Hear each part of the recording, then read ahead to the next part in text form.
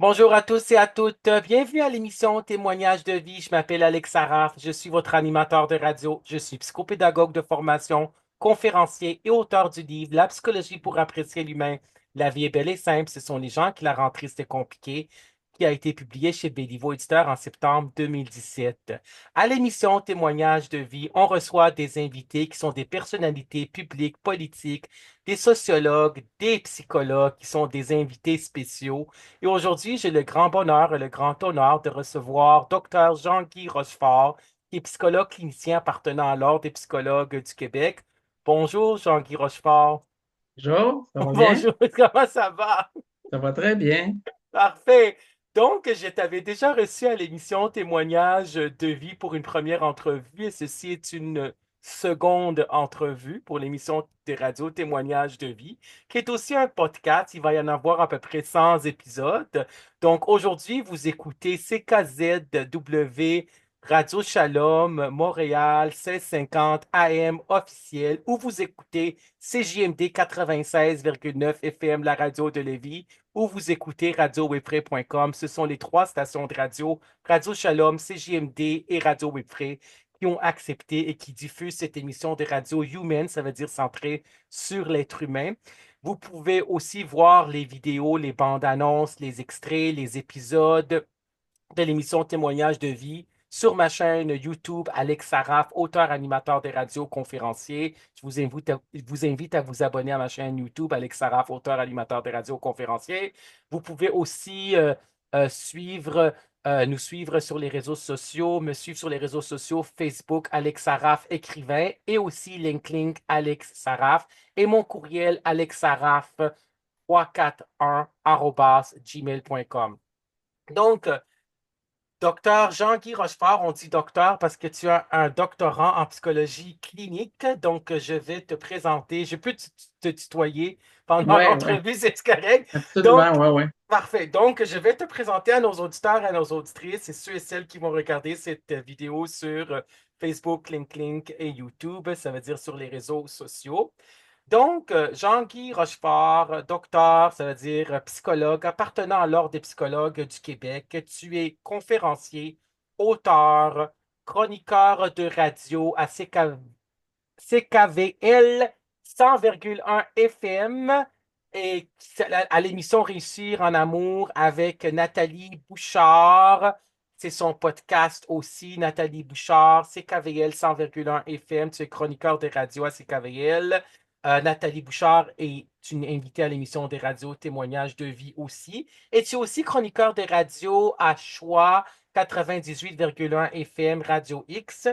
Tu es formateur, ancien animateur de télévision à Télémac. Tu avais pendant 7 ans, je pense, c'est ça? Oui, c'est ça. Pendant 7 ans, ton émission des radios, Un psychologue et vous, qui avez rejoint, je pense, 65 000 personnes.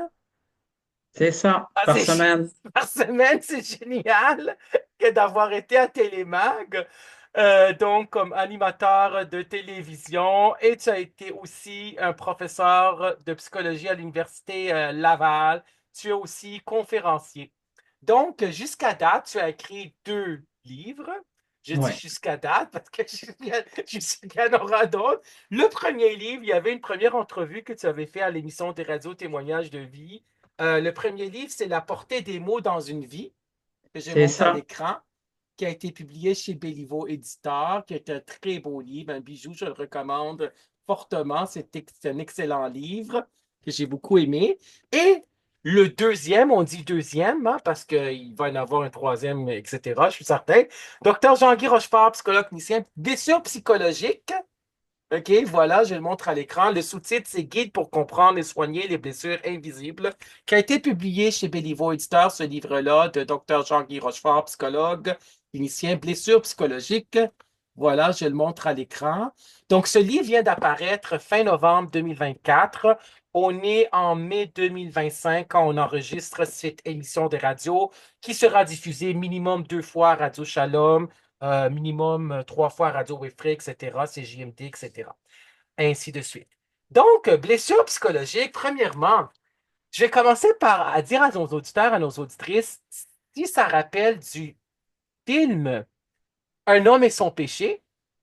Parce que dans le temps, il y avait le film Un homme et son péché que j'ai vu au cinéma. Et je me rappelle que quand j'ai suivi l'atelier d'autodéveloppement avec Karen Larocque, qui était psychologue clinicienne appartenant à l'Ordre des psychologues pendant 17 ans, Karen Larocque, Simplement humain sur Facebook, qui a écrit le livre Quand le corps sonne l'alarme, qui est une formatrice, conférencière et aussi autrice. Et elle, je me rappelle que quand j'ai suivi au Centre Saint-Pierre son atelier d'autodéveloppement, et ça fait, je pense que c'était en 2006, là, ça fait ça fait plus que 19 ans de ça. Puis elle disait que selon elle, elle pensait, c'est son hypothèse, sa supposition, elle pensait qu'il y avait des études psychologiques qui étaient faites derrière ce film-là, parce que toutes les blessures psychologiques étaient dans ce film-là. L'humiliation, le rejet, l'abandon, ce sont des blessures psychologiques, puis c'est vrai, un homme et son péché.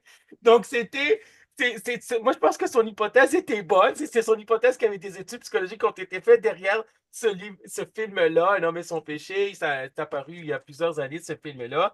Donc, les blessures psychologiques, tu en parles dans ton livre. Premièrement, c'est un livre vraiment un bijou parce qu'il y a le glossaire. Ça veut dire que tu donnes les définitions des mots, c'est génial. Il y a un à propos de l'auteur, puis c'est un gros livre quand même, plus que 250 pages. Donc, je vais te poser des questions concernant le livre. Donc, tu as écrit ce deuxième livre, Blessures psychologiques, comprendre et soigner les blessures invisibles. Qu'est-ce qui a inspiré dans ce thème, les blessures psychologiques? En fait, je cherchais un fil conducteur pour parler de l'impact des mots intimidants, blessants, violents et qui vont causer des blessures chez l'être humain. Bien sûr, on a entendu parler des fameuses 5 blessures. Il y a Colette Bartholance Oui, et d'autres auteurs. tu aimes Colette Portelan, c'est bien. Ce qu'elle a Ben, écrit, non? en Ben, elle n'est fait, pas psychologue clinicienne, pareil, là, mais c'est quand même bien ce qu'elle a écrit. ben, c'est ça. Elle a écrit autour des 5 blessures là, qui sont Est-ce que l'injustice. c'est pas Bourbeau qui a écrit ça ou que c'est Colette Portelance aussi, c'est les deux? Ben, peut-être que je suis mêlé, c'est peut-être Lise Bourbeau. C'est Lise Bourbeau. C'est C'est Lise bon. Bourbeau? Je sais Rewind, pas, on je fait suis un rewind. mêlé. C'est correct, c'est Lise Bourbeau. C'est Lise Bourbeau, les 5 blessures Oui, psychologiques. c'est Lise Bourbeau. C'est Lise Bourbeau, c'est correct, c'est Oui, correct. j'ai ses petites cartes ici, là.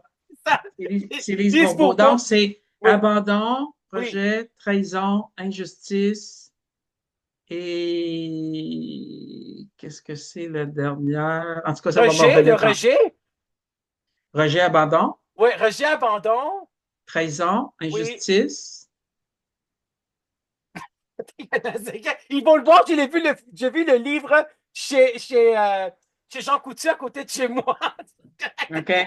Ouais, Mais c'est parce que moi, quand j'ai écrit le livre, je ne l'ai pas écrit en fonction de ces 5. blessure-là. Non, c'est pas. Donc, abandon, injustice, Humiliation. trahison, Trahison, ok, il y a trahison. C'est ça. humiliation. C'est ça. Humiliation, c'est ça, je l'avais dit. Humiliation, c'est Ouais, bon. c'est ça. Ouais, OK? Mais moi, c'est pas dans ce sens-là quand je l'ai écrit, là. oui, Quand j'ai écrit le livre, c'était pour parler des blessures du quotidien, mais aussi des blessures d'enfance. oui. Alors, il y a beaucoup plus que les 5 catégories là, qui sont nommées par Oui. Lise Lise Bourbeau. Bourbeau, oui. Et ce qu'il ne faut pas oublier aussi, c'est que pour une même situation de vie, tu vas avoir, par exemple, dans une famille Oui, où il y a des problèmes familiaux, où les gens vivent des blessures.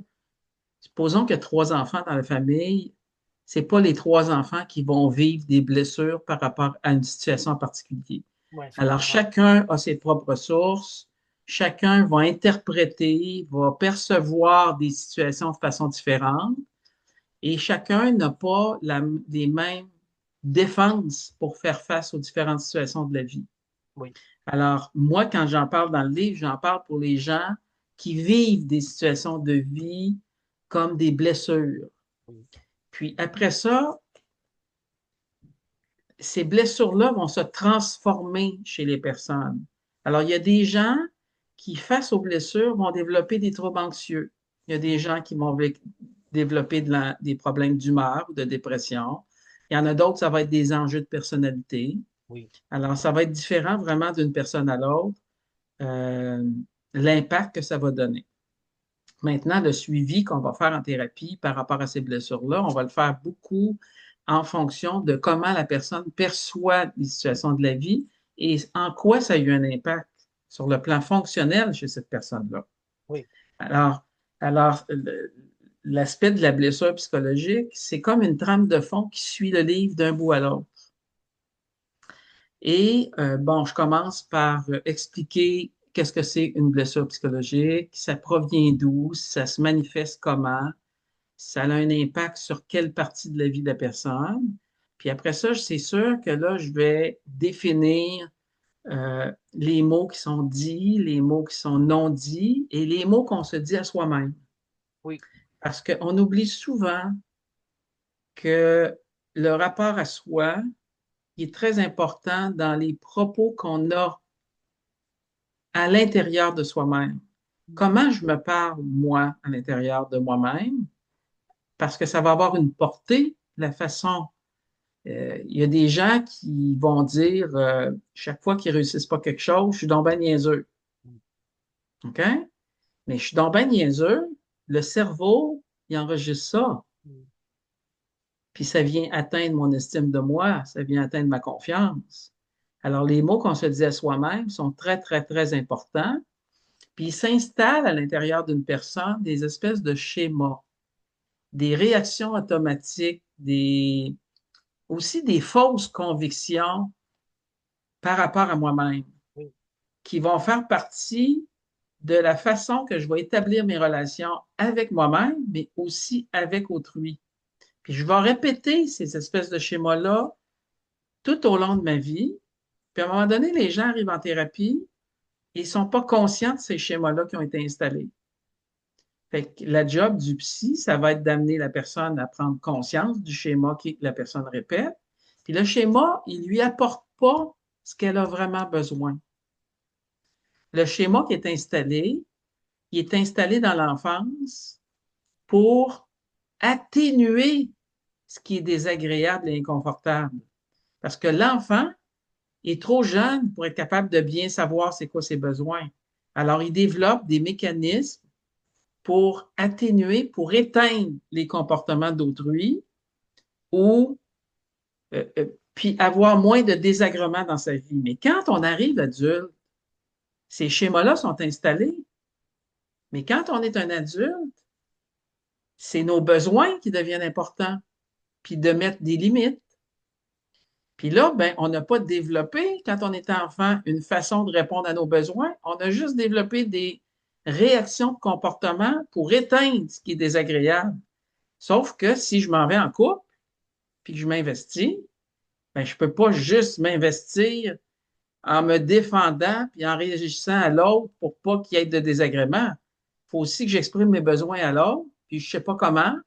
Puis c'est tout ça qui finit par se développer suite à des blessures psychologiques. Fait que je voulais vraiment comme faire le tour oui, de ça. Puis je trouvais que la meilleure façon de le faire, c'était vraiment d'illustrer des gens que j'ai eus en suivi.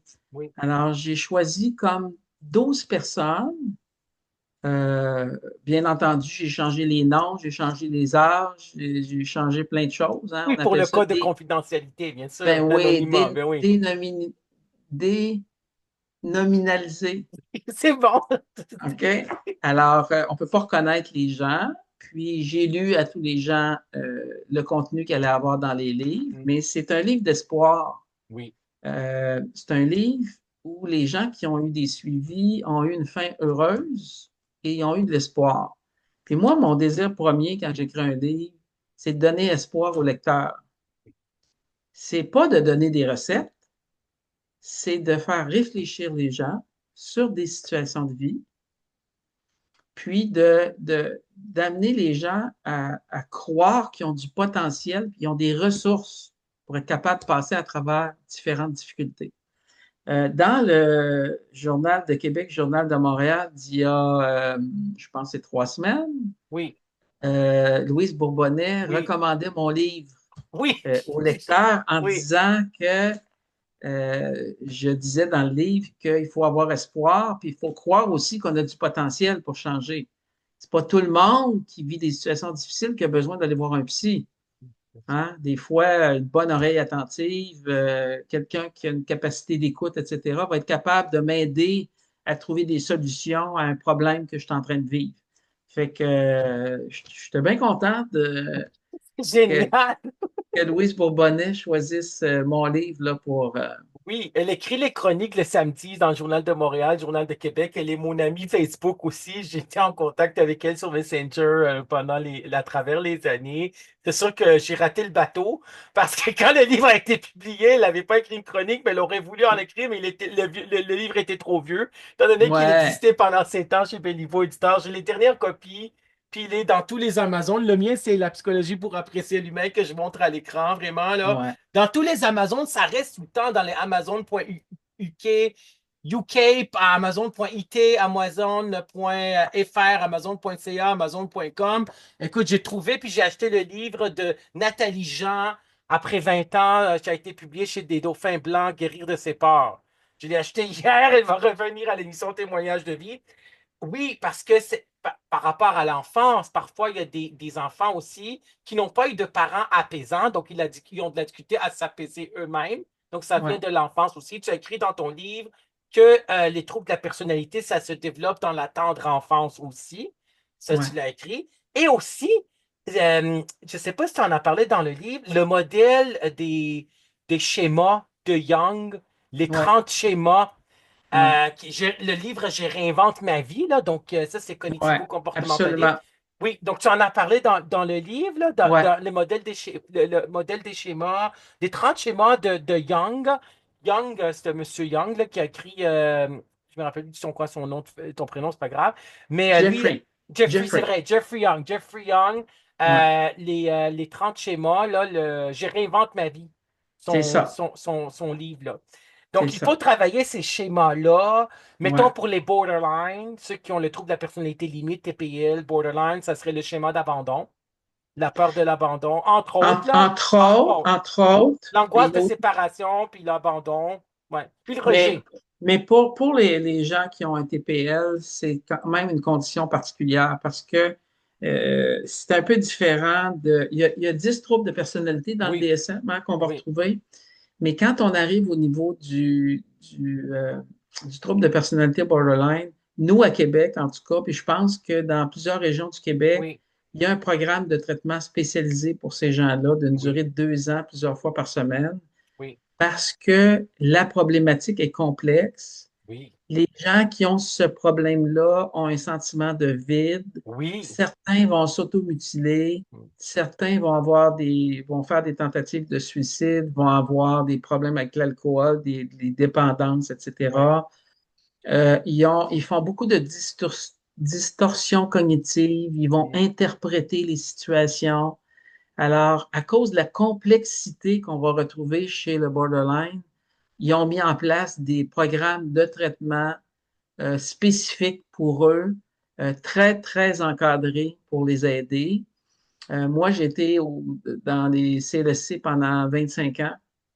Puis quand on avait des gens qui avaient ce diagnostic-là, c'était la meilleure formule qu'on avait pour vraiment les aider parce que il faut avoir une équipe qui travaillent auprès de ces gens-là. Puis il faut avoir des contacts avec des milieux hospitaliers aussi, parce que quand ces personnes-là deviennent en grande détresse, il faut qu'ils puissent avoir accès à des services plus de niveau hospitalier pour les aider dans leur détresse. oui. Mais c'est quand même des types de traitements qui s'avèrent efficaces quand les personnes s'investissent dans ces programmes de traitement-là. Fait que c'est un peu différent des autres troubles de personnalité. Il y en a Moi, qui le quand... mettent à part aussi, là. Tu sais, il y en a qui disent ce serait. Parce que moi, j'ai suivi la formation avec François Chanel, qui est un psychologue humaniste, aussi un gestaltiste. Puis c'était sur les troubles de la personnalité. Puis Ouais, c'était la première journée de formation clinique. Là, c'était samedi au Centre Saint-Pierre, au centre-ville de Montréal, il y a plusieurs années, parce que j'ai enseigné la psychologie au collégial, puis j'ai enseigné psychologie de la santé mentale pendant quelques années. J'ai le baccalauréat en psychologie puis la maîtrise en psychopédagogie. Ça me fait tellement énormément plaisir de recevoir des psychologues à mon émission de radio. Puis lui, la deuxième journée, la seconde journée, je devrais dire la seconde journée, le dimanche, c'était sur le TPL, trouble de la personnalité limite, là. Parce que c'est de Ouais, l'instabilité dans les relations interpersonnelles. Puis oui, il faut que ouais. ça soit vraiment encadré, puis c'était thérapie de groupe. Puis ben, Ils ont les deux facettes, hein. Ils ont le groupe ouais, pour parler des différents. D'abord, il y a beaucoup de psychoéducation à faire auprès de ces gens-là pour qu'ils ouais, comprennent la dysrégulation émotionnelle, pour qu'ils ouais. comprennent comment entrer en relation avec les autres, comment garder une certaine distance, comment avoir du recul pour porter un jugement sur les situations, qu'est-ce que c'est les distorsions cognitives. Alors, tout ça se fait en groupe, mais en même temps, les gens ont un suivi individuel à toutes les semaines avec un thérapeute spécialisé pour travailler les enjeux plus personnels Mm, qui se vivent chez la personne. Mais vous savez, dans le privé, moi, je fais encore du privé 2 jours par semaine à temps partiel parce que je suis comme en pré-retraite. mm, Et dans les gens qui viennent me voir, j'ai souvent des gens qui ont des enjeux de personnalité. mm, C'est rare que je vais parler avec les gens de dire, vous avez un trouble de personnalité, on va traiter le trouble. Les gens trouveraient ça difficile à recevoir comme type de langage, alors je ouais. ne parle pas de cette façon-là. Puis moi, j'ai toujours vu les enjeux de personnalité comme un continuum. Oui. On a tous notre couleur de personnalité, Mm, hein, un mélange de traits de personnalité, c'est ce qui fait notre couleur. Puis tant qu'on est fonctionnel sur les différentes sphères de notre vie, ben on n'est pas dans le trouble de personnalité, on est mm, juste dans des enjeux de personnalité, tout simplement. oui. Simple. Alors, il y en a plusieurs, des gens qui viennent pour lesquels on va travailler sur des schémas, prendre conscience du schéma de la personne, puis amener des changements en fonction de ça. Si les gens avaient des troubles de personnalité assez sévères, je ne suis pas sûr qu'en privé, ça serait la bonne plateforme pour pouvoir les suivre et les aider. J'ai par ailleurs beaucoup de gens qui me consultent, moi, pour des troubles anxieux, puis du TDAH. J'ai Oui. développé comme une spécialité dans ça. Et moi, j'ai une spécialité aussi pour travailler avec les douleurs chroniques, avec l'hypnose. J'ai une formation de plusieurs années en hypnose clinique. Oui. Alors, ça ressemble beaucoup à ça, les références euh, que j'ai. Les deux cliniques de la douleur dans la région de Québec, là, celle de Lévis et de Québec, quand ils ont, euh, quand ils ont de la difficulté, quand ils sont limités dans le traitement qu'ils peuvent faire pour les douleurs qui sont installées de façon chronique, j'ai souvent des références qui me sont faites pour faire un traitement par hypnose pour aider ces gens-là. Oui. Fait que, ça ressemble à ça beaucoup. Je pense qu'en deuxième partie de notre émission, on va parler un petit peu plus des troubles Oui, anxieux on va parler des ensemble. troubles anxieux. Mais c'est vrai ce que tu dis, docteur Jean-Guy Rochefort, psychologue, c'est que moi, dans la formation de François Chanel, il parlait vraiment du continuum, puis je l'ai enseigné à mes étudiants dans le cours de psychologie de la santé mentale au Cégep de Saint-Laurent. C'est le continuum, c'est ça, c'est la santé mentale, c'est style de personnalité, et ensuite, ça va dans traits de personnalité mésadaptés ou inadaptés, puis ensuite, psychopathologie, trouble de la personnalité. Donc, il faut que le trouble de la personnalité va s'estomper, puis ça va devenir des traits de personnalité. On travaille sur les traits de personnalité mésadaptés ou inadaptés en séance de psychothérapie parce qu'on ne veut pas que ça cause de la souffrance cliniquement significative puis de la détresse psychologique, comme le disent très bien les psychologues, parce que ça, il ne faut pas que Ouais, ça entrave les modes de relations interpersonnelles, c'est ça. professionnelles, etc. Donc, de quoi traite ce livre? En gros, les chapitres, etc. Il y a des histoires de cas vraiment Alors, bien. alors Oui, il y a 12 histoires de cas dans le oui, livre. Alors, on va retrouver 3 histoires de cas autour de l'intimidation, de la violence puis de l'abus. oui. Parce que la violence prend beaucoup plus de place qu'on pense Oui. dans la vie des gens qui ont été victimes de différentes formes de violence. Puis, je trouvais qu'il y avait tellement de styles d'abus que les gens pouvaient avoir vécu. J'en ai mis 3 exemples Oui, parce que, par exemple, j'ai un jeune homme, c'est un cas que j'ai ajouté dans ce livre-là, qui s'appelle Simon. Et Simon a vécu de la violence de la part de son père oui, pendant des années. Son père l'a violenté de façon physique, mm, étouffé, à côté dans le mur, dénigré continuellement. Puis là, lui, il est devenu père maintenant. Puis son père, qui vient à la maison parfois, continue de le dénigrer devant sa conjointe et devant son enfant.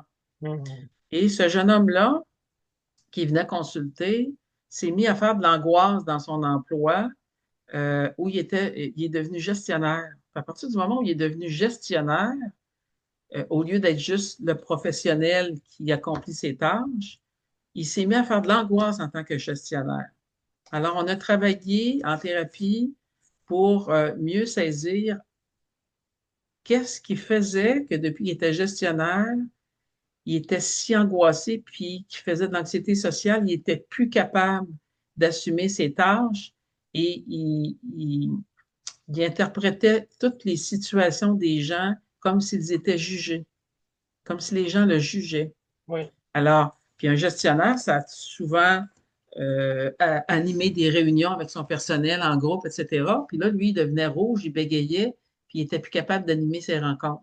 Alors, c'était devenu quelque chose de vraiment très inconfortable. Alors, il est arrivé comme ça, en entrevue, avec des attaques de panique puis de l'angoisse.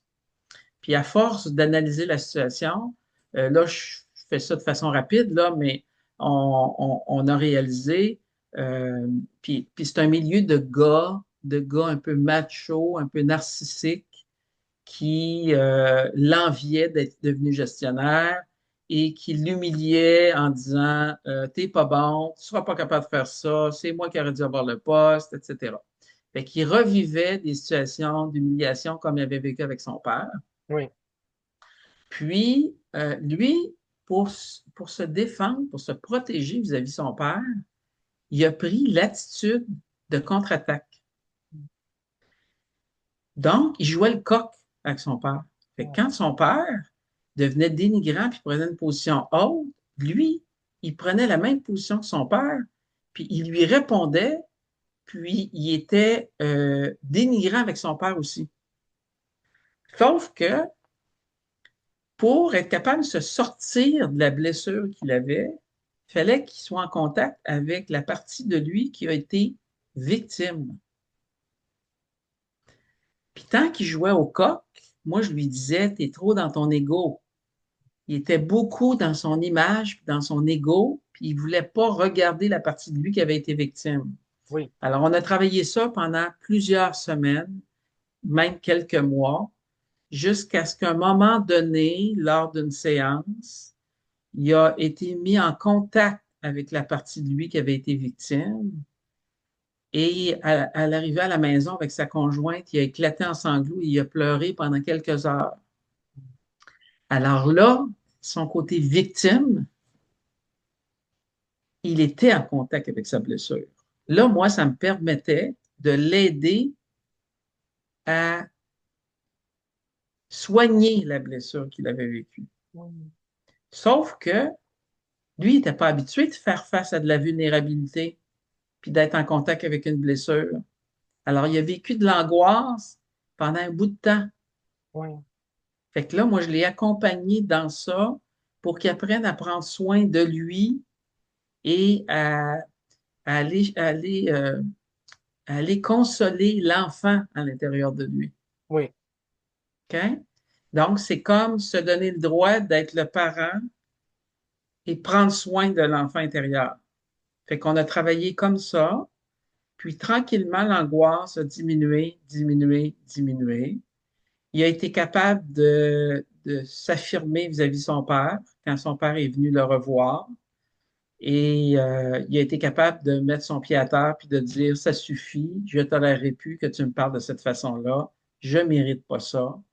Fait qu'on voit tout le cheminement qui a été fait par rapport à sa blessure. Fait que je voulais mettre cette situation-là dans le livre parce que c'est pas rare de voir des gars avec des bons traits narcissiques qui sont beaucoup dans leur ego, même s'ils ont été blessés par de la violence. Fait que je trouvais ça intéressant parce que je me disais, il y a plusieurs lecteurs qui vont se retrouver à travers ce personnage-là. OK? oui, Fait que, il y a trois cas comme ça dans le livre. Après ça, j'ai des histoires d'une dame qui a été violée par son père pendant des années et que sa mère était au courant, qu'elle le Mhm. savait. Et elle entend, chaque fois que le père buvait, il allait avec sa fille dans une chambre à côté, puis la violait. Puis sa mère était au courant, mais sa mère ne se sentait pas capable de quitter le milieu. Alors, j'explique cette situation-là. C'est sûr que c'est des gros, ce que je viens d'expliquer, c'est des grosses situations Oui, c'est dramatiques. sûr, c'est sûr. OK? Et c'est pas tout le monde qui se retrouve dans ça, mais il y a des situations plus légères aussi, là. Il Oui. y a l'histoire d'un gars qui a un bon TDAH avec un tag qu'on appelle un trouble d'anxiété généralisée. C'est des personnes Mhm. qui s'inquiètent de façon excessive. Oui. Alors, il y a l'histoire de cet homme-là que j'ai accompagné à travers ses difficultés. Euh, on a l'histoire de quelqu'un qui a vécu un trauma, que sa mère vivait de la violence. Lui, il n'a jamais rien vécu de ça, mais ça l'a traumatisé par procuration. Mhm. Alors, lui, il arrive en entrevue, puis il a développé des TOC, puis il a développé différentes difficultés anxieuses. Et on découvre par la suite qu'il a développé tout ça parce qu'il y avait une peur qu'il avait gardée cachée à l'intérieur de lui. Ouais. Et cette part-là, c'est qu'il avait vécu de la violence à travers sa mère qui voyait se faire battre. Mhm. Et lui, il ne pensait pas que ça l'avait affecté parce que vu que ce n'était pas envers lui que ça s'était fait, il ne pensait pas qu'il avait été une victime. Et quand je lui ai expliqué qu'il a été victime parce qu'il a vécu une grande peur, quand il voyait Oui. sa mère vivre de la violence comme ça, il avait très peur. Et il ne savait jamais. Parce que quelqu'un qui est victime de violence, il ne sait jamais comment est-ce que ça va finir, cette histoire-là que la personne est en train d'observer. OK? Oui. Fait que la terreur de peut-être mourir, elle devient un des enjeux que la personne vit. Alors, il y a Oui. cette histoire-là, il y a des histoires d'une dame là, qui a quitté pour sa retraite à un moment donné, qui vivait de l'angoisse et des attaques de panique. Il y a quelqu'un qui vivait de l'anxiété de séparation. Vous savez, l'anxiété de séparation, on n'entend pas beaucoup parler. C'est rare qu'on entend ça. On va plus entendre parler de quelqu'un qui va avoir des problèmes de personnalité dépendante Mhm. dans un couple, alors que quand on réussit à bien diagnostiquer une angoisse de séparation chez un adulte, qu'on traite l'angoisse de séparation, ça se traite bien, puis on a des bons taux de réussite par rapport à ça.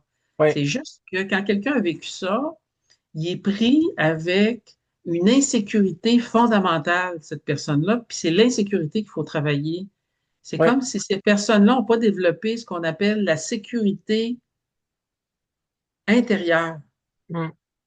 Alors, ils vont développer des relations dans leur vie avec les gens autour où ces gens-là vont représenter une sécurité, mais c'est une sécurité externe. Oui.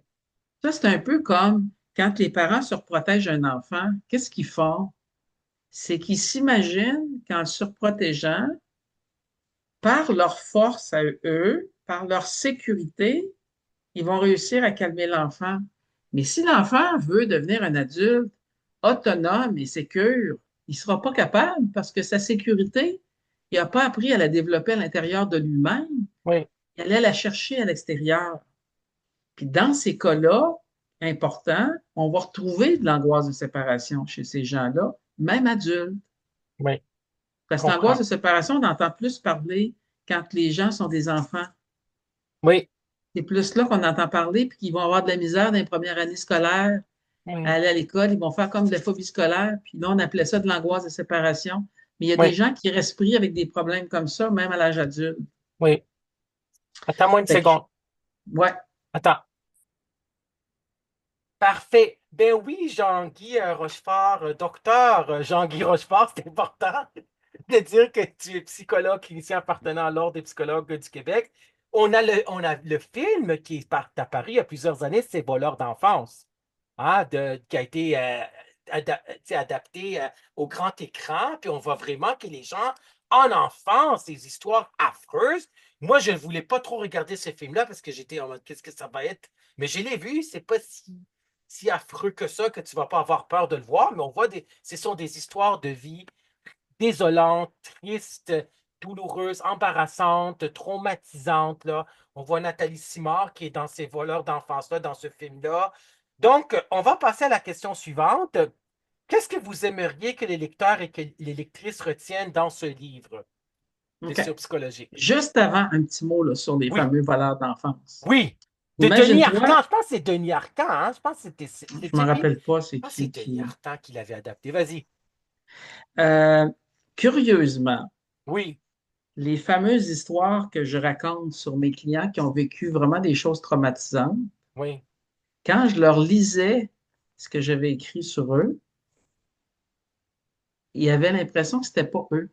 Ah oui. Mais c'est pas de la dépersonnalisation quand ils font un peu ça, là, qu'ils pensent pas que c'est eux Non, autres? non. De la dissociation ou. En Non? fait, ce qui se passe là, c'est Ouais,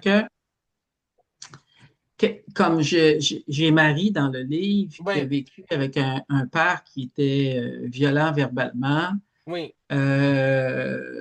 qui était impulsif, qui perdait le contrôle, etc. Et euh,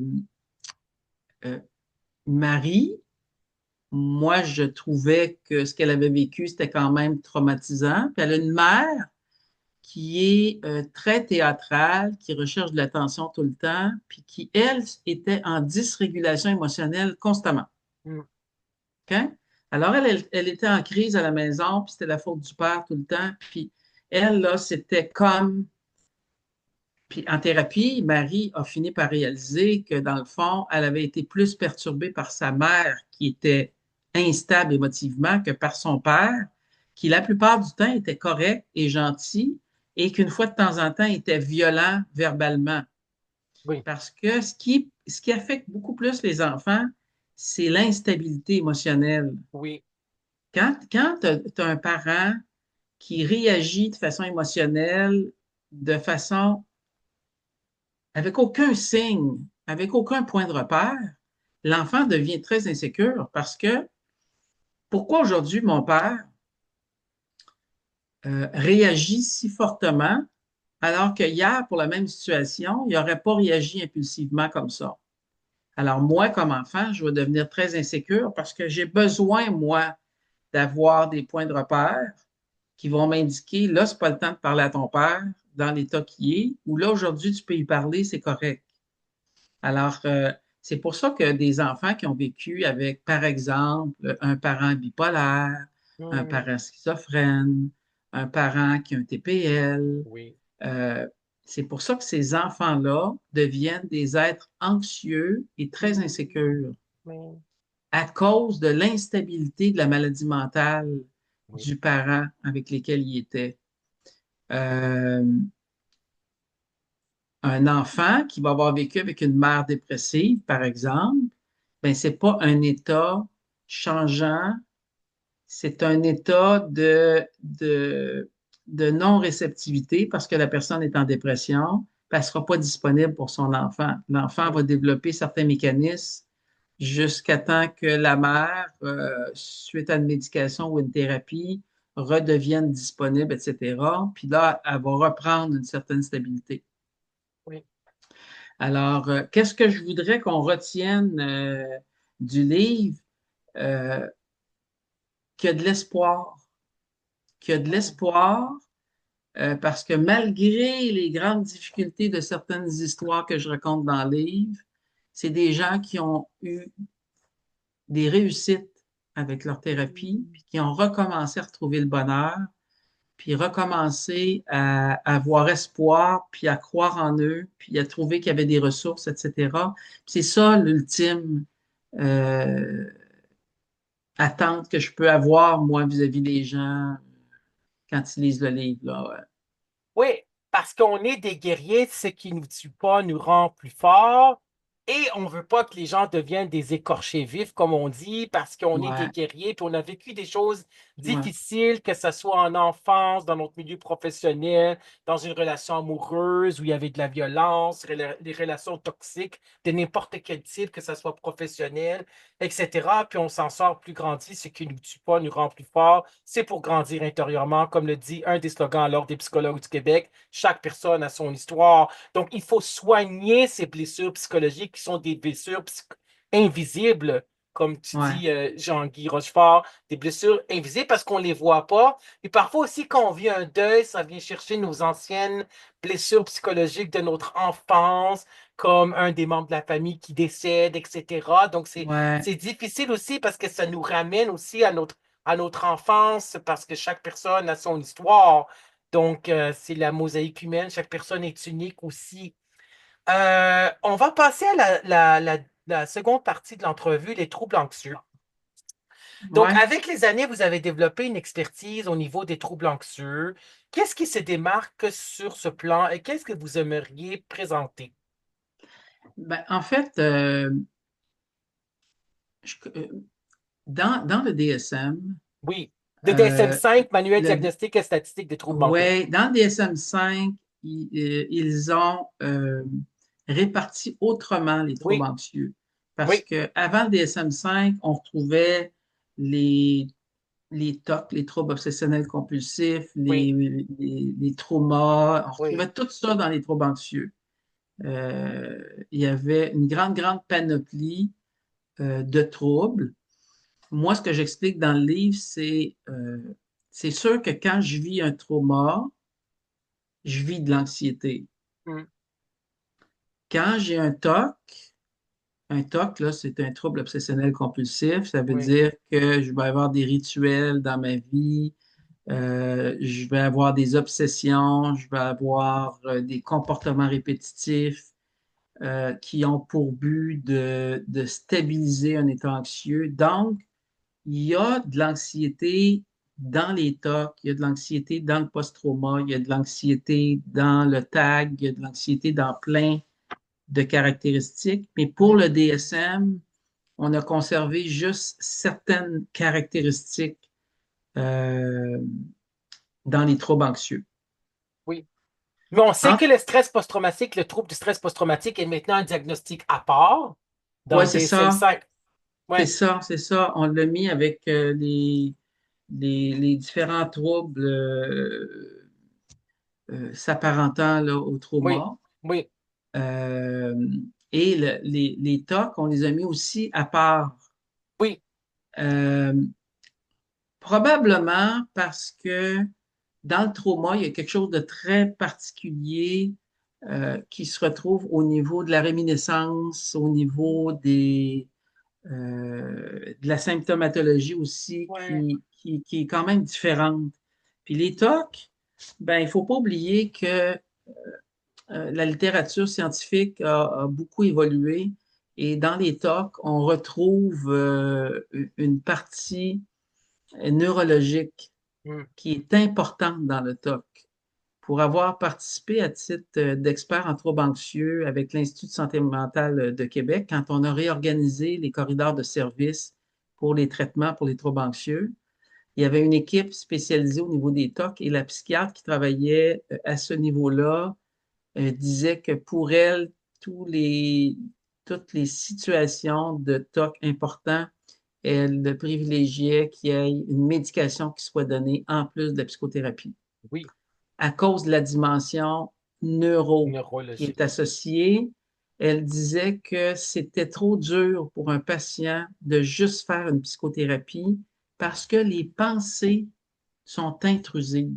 Oui, les pensées sont intrusives parce que le trouble obsessif compulsif, TOC, le TOC ou trouble obsessionnel compulsif, l'obsession, c'est l'idée récurrente, obsédante dans la tête. Euh, Oui, et mais la c'est compulsion, c'est le comportement qui est répétitif pour annuler cette obsession-là. Donc, il y a des médicaments comme le citalopram pour les obsessions parce que sinon, la personne va y penser. Elle ne peut pas accepter quelque chose au niveau émotif, puis au niveau cognitif, elle va y penser plusieurs fois, hein, les pensées, la cognition, ben, là. c'est Elle va y ça. penser 50 fois à quelque chose qui est arrivé, je ne sais pas trop, avec un Ouais, ami, etc.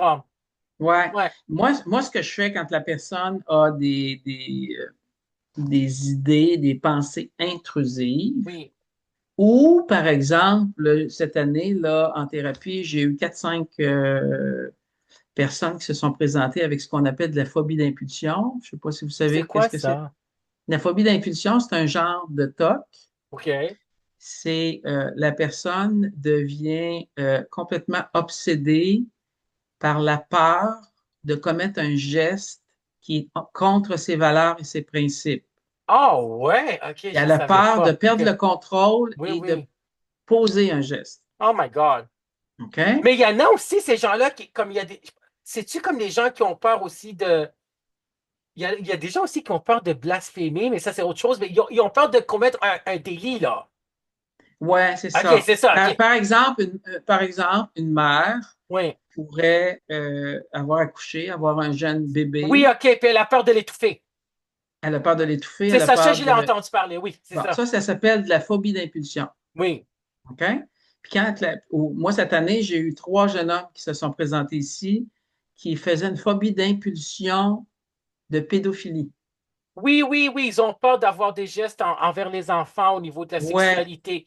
Ben, c'est ça, la Alors, phobie, c'est la peur irrationnelle. Oui, je comprends, oui. OK? Alors que quand tu vérifies avec eux autres, ils ne sont pas du tout attirés par Non, les non, il n'y enfants. en Il a n'y a pas. aucune Non, non, il n'y en attirance. a pas. Sauf qu'il se crée chez ces gens-là une fausse association. C'est qu'à un moment donné, dans une certaine situation, ils ont peur d'eux autres mêmes d'être excités par un enfant, Oui, je puis ils comprends. deviennent obsédés par la peur d'être excités, mais à force d'avoir peur d'être excités, ils envoient des messages au cerveau.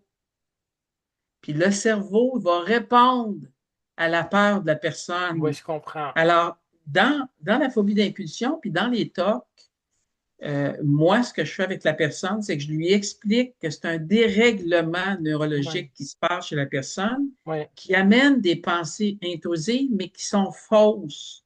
oui, La personne doit apprendre à ne pas écouter ces pensées-là, qui sont un produit du cerveau. oui, Puis ils doivent consacrer leur énergie ailleurs. oui.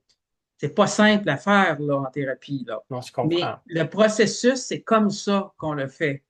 Alors, c'est Oui, pour ça, probablement aussi, que dans le DSM, ils ont mis les TOC et les phobies d'impulsion dans une classe à part parce que c'est très particulier des pensées intrusives. Tout comme en post-trauma, c'est très particulier les pensées de quelqu'un qui a été traumatisé. C'est très différent de ce qu'on retrouverait dans les troubles anxieux. Dans les troubles anxieux, ce qu'on retrouve, on va retrouver l'anxiété généralisée qu'on appelle le TAG. oui, le trouble d'anxiété généralisée. Oui, OK? Donc, ça, je vous dirais que c'est ce qui est le plus fréquent que je vais voir en consultation, des gens qui ont un TAG. oui, Alors, des gens qui ont un... des préoccupations puis des inquiétudes excessives. C'est C'est ça. ça.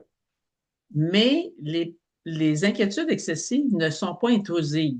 Oui, je comprends. Donc, dans le traitement, on est capable d'amener la personne à prendre conscience que ces inquiétudes qu'elle a, elle les a développées jeune parce qu'elle se disait, ça va être utile pour moi de m'inquiéter. Je viens d'un milieu avec un des parents qui s'inquiétait Hmm. et j'ai cru que c'était quelque chose de bon de m'inquiéter parce que c'est comme si je me prémunis de situations qui pourraient arriver. Sauf qu'à un moment donné, j'arrive à l'âge adulte, puis là, ben, je suis rendu dans un contrôle excessif. Je suis rendu que je vais essayer de tout prévoir, puis de plus vivre d'incertitude. Alors, je deviens dans des mécanismes de contrôle qui deviennent très, très importants. Oui, Et quand va arriver une situation inquiétante qui n'est pas basée sur des faits réels, là, je vais avoir une réaction de scénario catastrophique. oui, Puis le oui. scénario catastrophique, il n'est pas en lien avec la situation même. Non, non, c'est Il n'y a sûr. pas lieu d'avoir une réaction aussi catastrophique devant l'événement qui est là sur place. Alors, Oui, faut défaire ces patterns-là chez la personne qui vit de l'inquiétude excessive. Alors, il y a un traitement qui existe, là, qui a été développé par Robert Ladouceur, entre autres, oui, et il y a d'autres auteurs par la suite là, qui ont développé le traitement cognitivo-comportemental pour le TOC, oui, le TAG, oui, et qui est très efficace. oui, Au CIUS de la capitale nationale, moi, j'avais développé un programme de traitement justement pour le TAG, et c'est moi qui animais pour toute la région de Québec ces groupes-là spécialisés pour le traitement du TAG. Donc, dans les troubles anxieux, on a le TAG, les inquiétudes excessives. On a aussi ce qu'on appelle des attaques de panique Mhm. qui, à la longue, quand il y en a depuis trop longtemps, qui sont installées, puis que la personne est prise dans une espèce de tourbillon, ça peut devenir ce qu'on appelle un trouble panique. Mhm. Donc, le trouble panique, c'est quelqu'un qui, depuis trop longtemps, fait de l'angoisse et des attaques de panique avec un besoin de contrôle et une perte de contrôle continuelle. Alors, la notion de contrôle est très présente chez ces Oui, gens-là. Alors là, il faut travailler chez ces gens-là avec la notion d'angoisse qui arrive. Puis là, ben, j'explique tout le contexte de comment est-ce que l'angoisse est déclenchée par le cerveau. Parce que quand quelqu'un fait de l'angoisse, parce qu'inconsciemment, il y a une peur qui est générée par une situation de la vie, la personne n'en est pas consciente, puis il y a un centre de la peur lié aux amygdales dans le cerveau, puis lui, il est là quand il sent une menace quand pour il y a la peur, ben l'individu. oui. Puis là, il déclenche une réaction. Alors, c'est le cerveau qui déclenche les réactions d'angoisse. Quand quelqu'un fait une... L'activation physiologique, ben oui. Ouais, puis quand la personne fait une crise d'angoisse, là, c'est assez éprouvant, là, c'est assez Ouais, épouvantable parce que c'est des symptômes physiques que la oui, personne vit. OK? Alors, serrement de poitrine, palpitations, étouffement, nausées, maux de cœur, et j'en passe. OK? oui, Alors, c'est très physique et c'est très épeurant. Alors, quand la personne vit sa première crise d'angoisse puis qu'elle a peur que ça se reproduise, c'est là que la boucle commence tranquillement. Parce que là, plus elle a peur de faire une crise, plus elle déclenche une crise. Parce que chaque fois qu'elle a peur, c'est le centre de la peur du cerveau qui ramène un autre état d'angoisse. oui, Puis là, ça finit plus, là. oui. Fait que c'est pour ça que André Marchand puis André Letarte ont écrit un livre qui s'appelle La peur La d'avoir peur peur. d'avoir peur, ben oui, la peur Et d'avoir peur. j'explique aux gens, c'est pas tout à fait la peur d'avoir peur, c'est la peur de ressentir la peur. Oui, L'angoisse, c'est une peur importante. oui. Alors, c'est une émotion, l'angoisse. Contrairement à l'anxiété, qui est au niveau des pensées. Oui, c'est Pour ça vrai. que le traitement, quand je traite quelqu'un qui fait des attaques de panique ou de l'angoisse, il est très différent du traitement que je fais pour quelqu'un qui fait de l'anxiété. Alors, je trouvais ça important dans le livre d'expliquer ces distinctions-là pour que la personne comprenne bien, parce que quand on comprend ça au départ, là, ça fait tellement de différence pour l'éventualité de la pathologie chez la personne. Oui, Dès que les gens viennent me voir, puis ils font des crises d'angoisse, des attaques de panique, puis je commence à leur expliquer ça rapidement et qu'ils comprennent tout le processus qui est en train de se passer, déjà, il y a quelque chose de rassurant pour la personne elle-même parce qu'elle comprend mieux. Puis après ça, on va faire des exercices pour qu'elle affronte ses peurs. oui, C'est pas parce que tu as compris que tu as peur de ressentir la peur que ça va arrêter demain matin parce que tu l'as compris. Il faut aussi que là, tu t'exposes oui, de faire face à la peur, puis que c'est pas dangereux, puis tu vas pas mourir. Il y a un coup que tu n'as plus peur de ressentir la peur, ton cerveau va arrêter de t'envoyer de l'angoisse en réponse. Puis c'est là que l'angoisse va diminuer chez la personne. Fait que ça a l'air simple quand je l'explique comme ça, mais je trouvais ça important de le dire parce que je vois tellement de gens qui saisissent pas bien ces différences-là, puis je voulais que ça soit expliqué le mieux possible dans le livre. Fait que dans le livre, je prends le temps d'expliquer ça. Je prends le temps aussi d'expliquer les schémas, les fameux schémas de Young, oui, comment ils s'installent, leur raison d'être et vers la fin, j'ai toute une petite section où je parle de la communication saine et bienveillante, oui, comment faire attention soi-même aux autres dans notre communication, de cesser d'abîmer les autres par les mots, de se faire respecter par les autres quand les gens s'adressent à nous. Ça, c'est la communication saine et ah bienveillante. oui, Et comment exprimer les besoins et les limites. C'est quoi les distinctions entre les émotions et les sentiments? oui, Fait que j'explique, je donne plein de trucs au niveau de la communication aussi, là, vers la fin du livre. Oui, moi j'avais suivi la conférence, c'était une conférence au centre-ville de Montréal de Lise Turgeon, qui est une psychologue appartenant à l'Ordre des psychologues du Québec. C'était sur les troubles anxieux chez les enfants puis chez les adolescents. Puis elle avait dit le trouble d'anxiété généralisé. Elle avait fait ça elle avait montré, c'est les gens qui sont pas capables de mettre la switch à off. C'est avec Ouais, la lumière, là, ça veut dire. Tu sais, il n'y a pas assez de GABA, le neurotransmetteur inhibiteur principal dans le cerveau. Donc, les traitements, OK?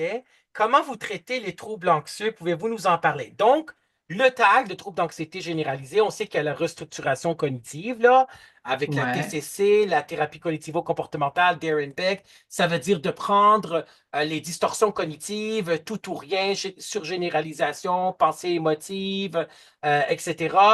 Puis de mettre ça dans des pensées qui sont plus réalistes. Il y a le post-traumatique, le stress, le trouble de stress post-traumatique, il y a 4 symptômes. On en a parlé avec Dr Pascal Brion, qui est psychologue, professeur associé à l'Université du Québec à Montréal, conférencière, formatrice, chercheuse aussi. Donc, il y a les réviviscences, les cauchemars, l'anxiété et les 3 autres symptômes du trouble du stress post-traumatique, l'anxiété sociale et l'anxiété de séparation. Mettons le stress post-traumatique. Mettons, quelqu'un qui a des cauchemars, comment on peut travailler ça? C'est difficile, non? Parce qu'il y en a qui ont trouvé. Moi, j'en ai parlé avec des gens que je connais, là, pas des psychologues, mais des connaissances, des amis qui parfois ils ont vécu de l'intimidation, du harcèlement psychologique au travail, puis ils ont quitté leur milieu de travail, puis ont eu des cauchemars pendant des années, pendant ouais, la nuit, là. ouais, parce qu'il y a du traumatisme Ben, c'est lié ça.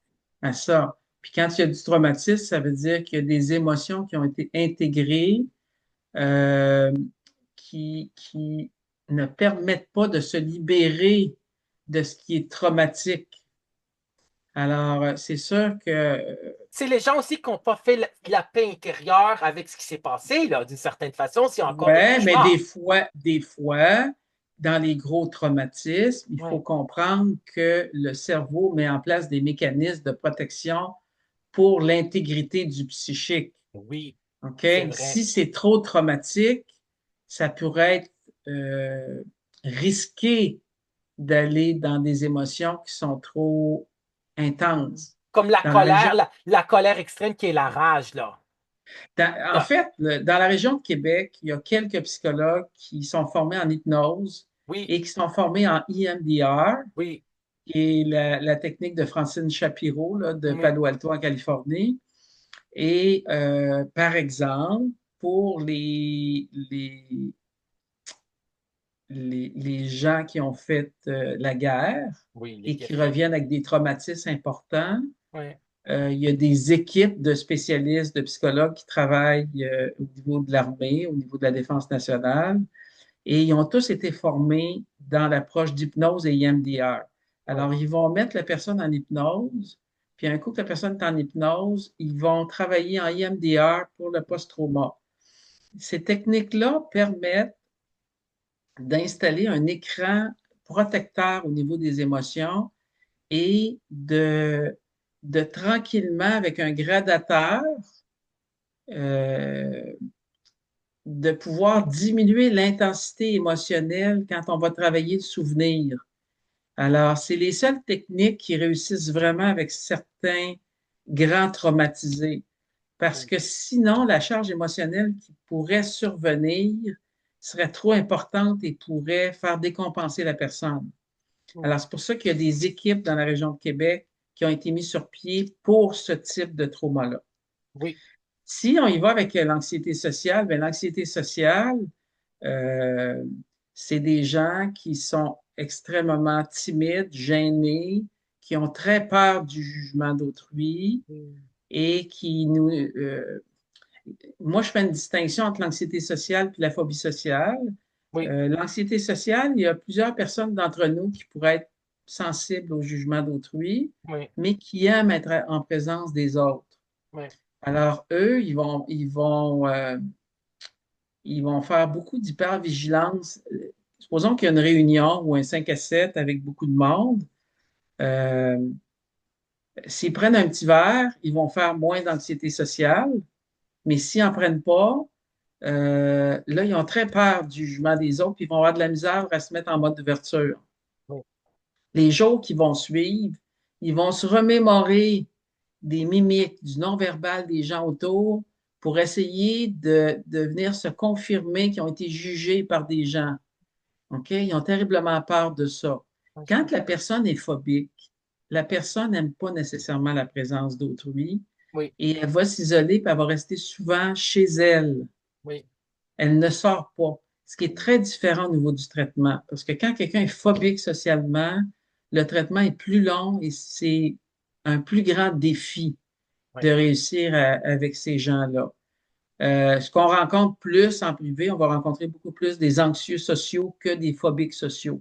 Les oui. phobiques sociaux, ils ne sortent pas de la Ils maison, sortent c'est pas de rare. chez eux. Mais ils peuvent faire de la psychothérapie par de télépratique, là, quand même, de Zoom, là, ou Ouais, mais là, il y a beaucoup d'autres enjeux, hein. On va ouais. retrouver souvent un trouble de personnalité évitant chez les Oui, phobiques trouble de la sociaux. personnalité évitante, ben oui. Ouais, alors c'est tout un contrat là, dans le traitement qu'on va devoir faire. Oui, Ensuite, on va avoir, bon, ça j'en ai parlé tantôt, le trouble panique avec ou sans agoraphobie, hein. oui, Euh, donc, c'est quelqu'un qui, depuis trop longtemps, fait des attaques de panique, puis qui n'a pas pris conscience. Donc, si la personne se présente, moi, dans mon bureau, puis que là, elle se présente avec un trouble panique, au lieu de juste des attaques de panique, là, je vais probablement, avec son consentement, contacter le médecin, puis lui faire donner une médication pendant un petit bout de temps.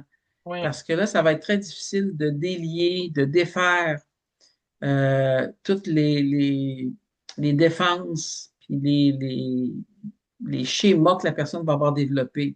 Alors, on ne peut pas, avec cette personne-là, dès le départ, si c'est très organisé, le trouble panique, ça va être très difficile que la personne soit capable d'avoir un recul pour faire une exposition par rapport à sa peur d'avoir peur. oui. OK? Fait que, mais Par- le traitement va demeurer, avec les troubles anxieux, c'est presque tout le temps des traitements cognitivo-comportementaux qu'on va utiliser là, pour les ouais. différents troubles.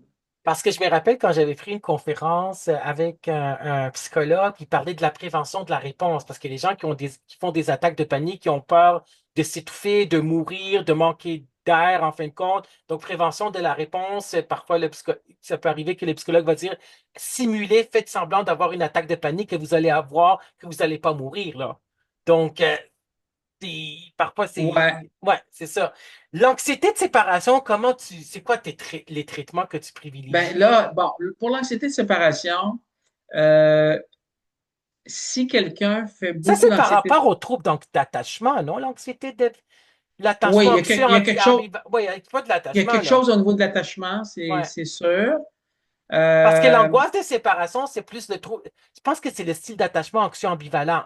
Il me semble que c'est anxieux ouais, ambivalent. Oui. entre autres, ouais. De Mary Ainsworth. Oui. Mais ce qui va être caractéristique, comme l'exemple que j'ai dans le livre sur Oui. ça, le monsieur était toujours demeuré dans le milieu familial. Il était rendu à 30 quelques années. Il avait fait des grandes études. Il travaillait pour le gouvernement. À un moment donné, il s'est trouvé une conjointe qui a comme perpétué la relation symbiotique qu'il avait avec les parents. Hmm. Alors, les parents qui surprotégeait l'enfant quand il était jeune. L'enfant, à un moment donné, a confondu l'angoisse et les symptômes d'angoisse qui peuvent être la nausée et d'avoir peur de vomir. C'est Oui. pas rare que j'ai eu des gens qui se sont présentés ici avec de l'hémétophobie, qui est la phobie de vomir, Oui. puis qu'en fait, cette hémétophobie s'est développée sur une angoisse de séparation. Oui. Je comprends. Mais la personne n'en est pas consciente. Hmm. Fait que dans le travail que je vais faire avec ces gens-là, je vais commencer par identifier quand vous avez une nausée, est-ce que vous avez peur Hmm. d'être en contact avec l'étourdissement puis la nausée physique? Ouais. Parce que si vous en avez peur de ça, puis vous avez peur de vomir, parce qu'il y en a qui vomissent vraiment, là. Alors, Dès qu'ils quittent la maison puis qu'ils embarquent dans l'auto, ils vont vomir. Alors, qu'est-ce que ça fait? Ça fait que les parents ne voudront plus aller faire des voyages avec l'enfant, puis ils vont faire de l'évitement avec l'enfant au lieu de lui apprendre à se sécuriser. Mm. Puis là, à un moment donné, ça finit plus, là. C'est que Ouais, l'enfant reste tout le temps collé sur ses parents, il reste tout le temps à la maison, il sort pas, il s'éloigne pas de la maison. ouais. Fait que ce qui se passe chez les gens qui viennent consulter, on va plus retrouver des niveaux moins intenses, mais l'angoisse de séparation est en dessous. On va retrouver des gens qui craignent de s'éloigner de la maison. Alors, ils peuvent être rendus en couple, puis dès qu'ils s'éloignent de la maison, dès qu'ils prennent la voiture pour s'en Mm. aller un petit peu plus loin en auto, le lieu de la maison devient un lieu sécurisant pour eux. Alors, dès qu'ils s'éloignent du milieu sécurisant, il y a une espèce d'angoisse qui se manifeste, puis qui va se manifester par des symptômes physiques, comme dans l'angoisse. Mm. Puis là, la personne, elle perd le fil, Ouais, elle perd le fait que elle vit de l'anxiété de s'éloigner au lieu d'essayer de retrouver à l'intérieur d'elle-même un endroit sécure. oui. Elle va pouvoir se raccrocher, hein, parce que pour la plupart de nous, quand on s'éloigne de la maison, on ne fait pas de l'angoisse puis de l'anxiété de s'éloigner de la Ouais, maison. je Qu'est-ce qui comprends. fait ça? C'est qu'à l'intérieur de moi, j'ai une sécurité à l'intérieur de moi. Mm. Je sais que même si je suis loin, la sécurité est à l'intérieur de moi. Elle n'est pas dans la maison à Québec. Ouais, je comprends. OK?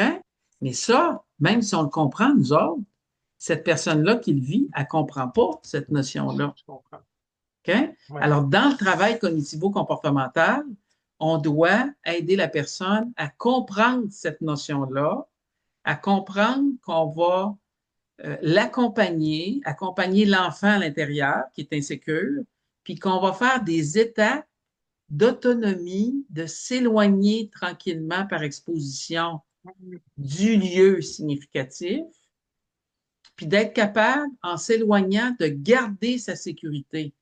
Mm. Je donnais l'exemple à quelqu'un dernièrement en thérapie, puis j'expliquais que souvent les gens, supposons que je m'en vais faire un voyage en Europe, puis quand je prends l'avion, 2, 3 jours avant, je suis un peu anxieux de prendre l'avion puis de partir en voyage, même si Oui. je sais que là-bas, je vais être heureux puis ça va être plaisant. Mais quand j'atterris là-bas dans le pays, Mm. je mets les pieds à terre, Oui, puis que je suis avec moi-même là-bas, puis que je suis sécure, je suis bien là-bas. je OK? comprends. Fait que ça veut dire quoi que je suis bien là-bas? Ça veut dire que là-bas, je suis en contact avec ma sécurité intérieure. Mm. Je sais que s'il m'arrive de quoi, puis que je suis à Paris, Oui, il y a des hôpitaux, il y a des policiers, il y a des autorités que je peux aller chercher au besoin. C'est je ça, dans comprends. le fond, quand on se sent sécure, d'être capable d'aller chercher les ressources nécessaires. Oui, Ces gens-là ont besoin d'apprendre tout ça en thérapie parce oui, qu'ils n'ont pas cette notion-là de sécurité intérieure. oui, je Fait comprends. que, Ouais. fait que je donne cet exemple-là aussi dans le livre là, Ben qui est oui. vraiment Puis ça intéressant.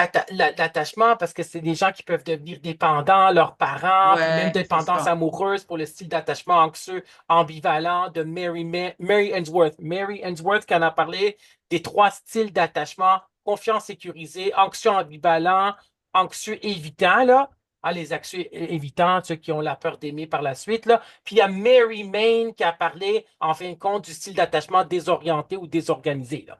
Donc ça, c'est une autre émission de radio, mais le style d'attachement anxieux ambivalent, anxieux évitant, puis confiance sécurisée de Mary Ainsworth.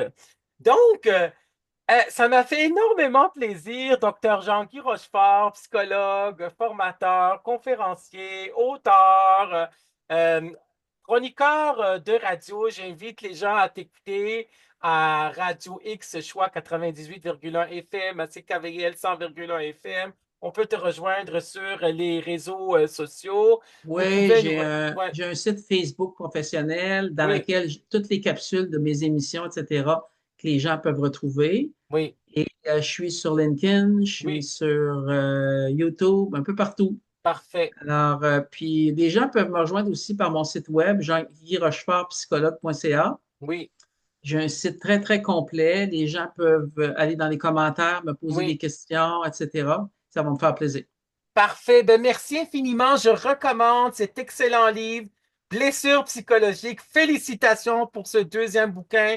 On va te souhaiter beaucoup de succès pour tes projets futurs. Merci Merci tout le beaucoup. monde. Au Au revoir. au revoir. Bye.